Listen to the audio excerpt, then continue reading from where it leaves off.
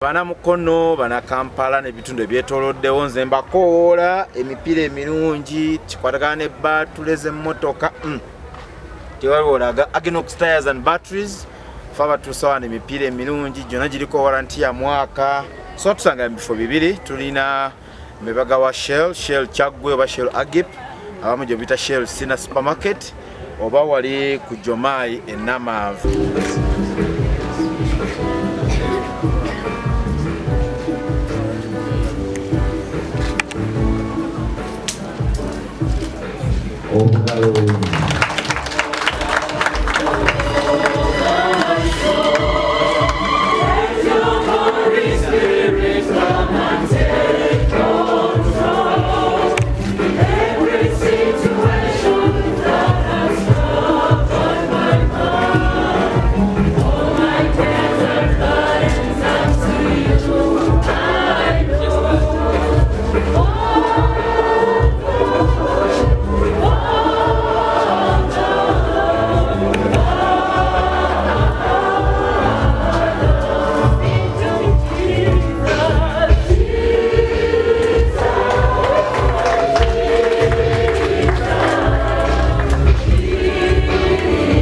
Omusumba Kakooza ng'atuuza bwana mukulu wa Parish eno amutegeezezza muno abakristu bajja muyambako okulaba nga babeezawo Parish eno aleme kwerayikira kintu kyonna. Omwaka 2023 Bishop Christopher Kakooza omusumba w'essaza lino ery'e Lugazi ng'amaze okulaba obwetaavu bw'okwongera amaanyi mu mulimu gw'obutume mu kitundu kino eky'e Bugujju ate ng'amaze n'okukola okwebuuza okusaanidde atongozza Parish y'e Bugujju leero.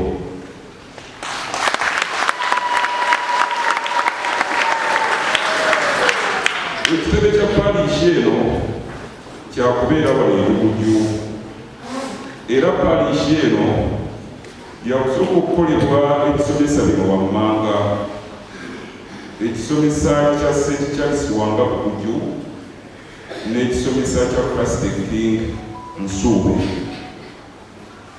Parish eno etandikira ku luguudo olugenda e Nabuti n'etuuka ku Lembwe ekyungu era ejja kutwala n'obwakukawuga ekome ekigunga mu kikko. Awo nno yeetooloddwa Parish ezizino wammanga St. Paul Mukono Parish, St. Augustine Center Parish, St. Anthony of Padua Kasangale Parish ne Our Lady of Lux na Miryango Parish. Ejja kuweerezebwa omutuukirivu era omujulizi Kaloli Lwanga. Ekiwandiiko kino kifulumiziddwa olwaleero e Lugazi nga 3 omwezi ogw'Ekumi omwaka 2023 era kigenda kussibwako emikono gino wammanga omukono gw'Omusumba Bishop Christopher Kakooza, omukono gwa Reverend Father John Chrysostom Sebwadda Chancellor, ate omukono gwa Dr. Mabirizi Alex Ssabakristu wa Parish. Mwebale omukuliriza.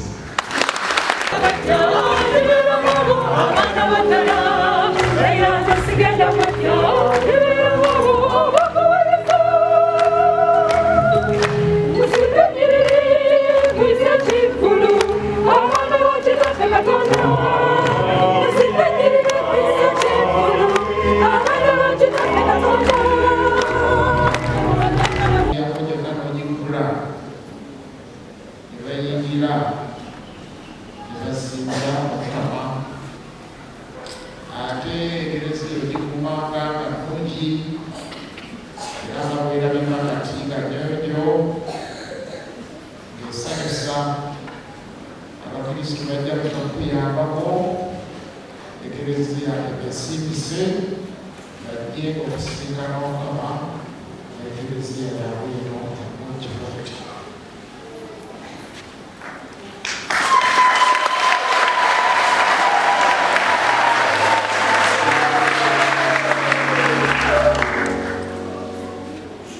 Kati ekyambalo ekisinga obukulu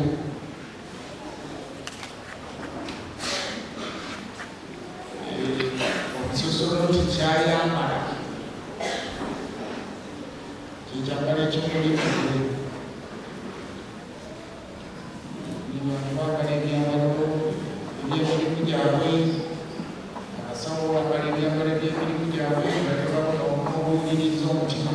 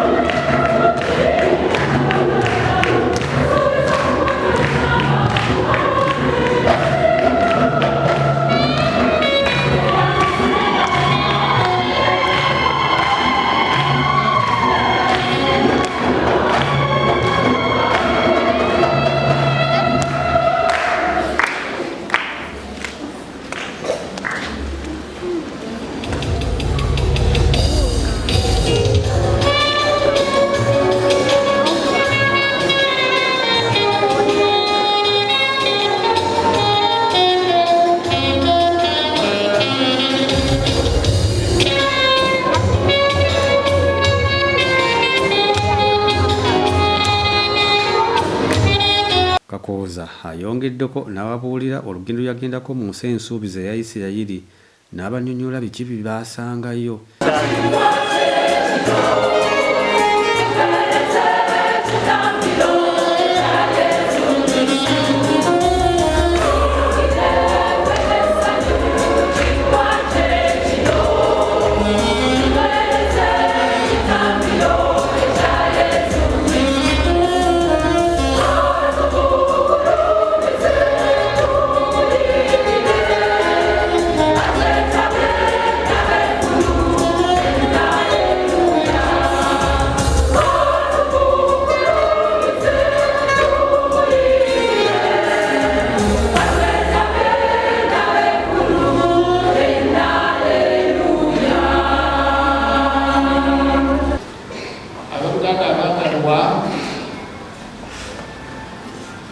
tulipudde ow'amatuuka nga tulinda Mukama waffe Yesu Kristo.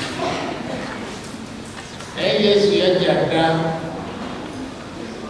waliwo Omukristo omu ow'ekisa yagamba nti waliyo tuseeko nsi entukuvu, konza ate ssente kanzijjawa, sirina ssente nakama kusasuliddeyo jamu tugende naawe. Netugenda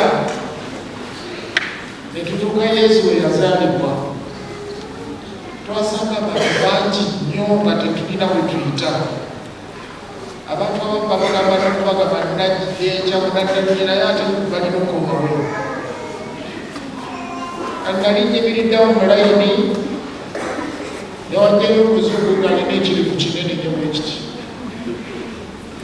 Namukonakonaga nti Bishop, follow me.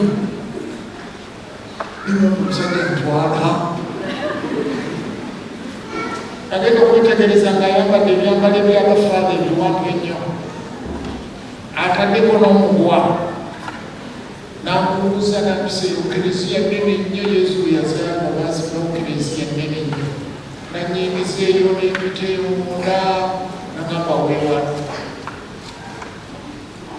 Fukamirawo okwatewo oba akabonero k'omusaalaba.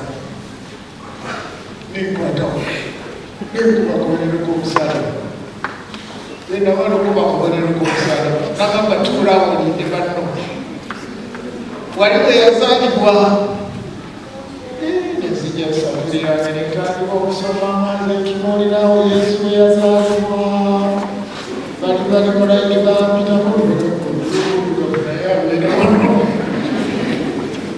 abasirikokana bampitako okuyawo nengaku omusajja eyandiise malayika nayesirabagayo kifaananyi kya malayika alina kirimu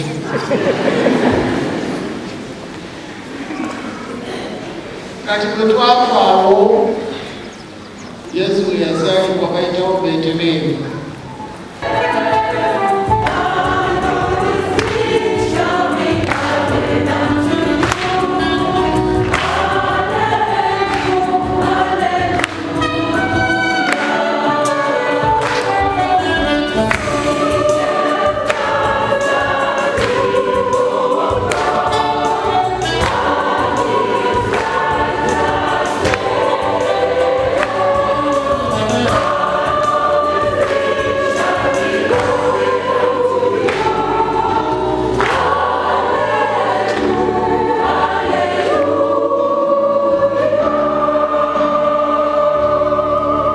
Bwana mukulu w'ekigo kino kyeyune ategeezezza munno agenda kukola buli kimu ekisoboka kulaba nga enfuuka ey'omulembe era nga waliwo ensonga zaakoonyeeko zaagenda okutandikirako okutwala mu maaso. Twebaza Omukama atukuumye ate n'atusobozesa okutuuka wano. Twebaza bonna abatuyambyeko okulaba nga Parish eno etuuka ku Parish okutongozebwa nga Parish.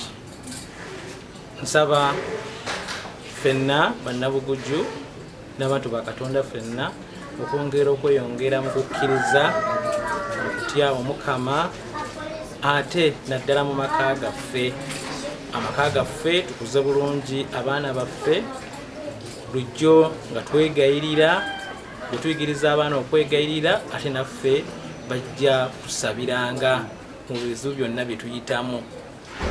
Abazadde twongere okwagala bulungi abaana baffe ate n'abakulembeze abapya abakalondebwa mu Parish yaffe nabo bakulembere bulungi abantu nga bulijjo baweereza mu bwetowaze ate era okulaba nga ekifo kyaffe kyeyongera okulaakulana. Father, ekeleziya ekyogera lunywe nti amaka g'omusingi gwayo. Okutuukidde olwaleero tutunuulira amaka gayimiridde gatya ku lw'omusingi gw'ekeleziya? Amaka ekeleziya y'ekeleziya esooka. Njagala okujjukiza abazadde obuvunaanyizibwa bwaffe.